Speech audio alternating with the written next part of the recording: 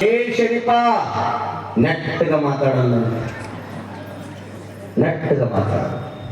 ನಾನು ನಿನ್ನ ಶಿಷ್ಯ ಕಟ್ಟೆನಲ್ಲೀಗ, ನಾನು ಗದೆಯನ್ನ ಗೆದ್ದಿರುವಂತ ಪೈಲ್ವಾನ್ ಕಟ್ಟೆಪ್ಪ ಅಂತ ಶರೀಫ ಯೋಚನೆ ಮಾಡಿದ. ಮೊದಲು ಪೈಲ್ವಾನ್ರಿಗೆ ಆ ಕಲ್ಲು ಮಿಸಗಲಿಲ್ಲ, ನೀನು ಆ ಕಲ್ಲನ್ನು ಎತ್ತಿ ಅಂದ ಬಳಿಕ ನಿನಗ ಬಂತಲೇ ಮಗನ ಅಂದ್ರು ಶರೀಫರು. ಯಾವಾಗ ಬೆಳ್ಳಿಗದ ಹೆಗಲ ಮೇಲೆ ಬಂತು ಆ ಕ್ಷಣದೊಳಗ ನಾ ಅನ್ನೋದು ಆ ಕಟ್ಟೆ ಕೂತ್ಕೊಳ್ಳೋದು.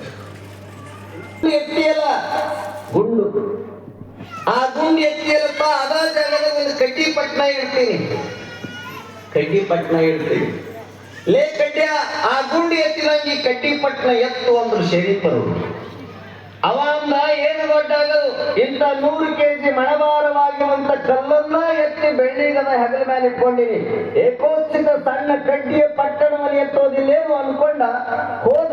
ಕಡ್ಡಿ ಪಟ್ಟಣ ಎತ್ತಾಕ ಆಶೀರ್ವಾದದಿಂದ ನಾನು ಗುಂಡೆತ್ತೀನಿ ಅನ್ನೋದನ್ನ ತಿಳ್ಕೊಂಡ.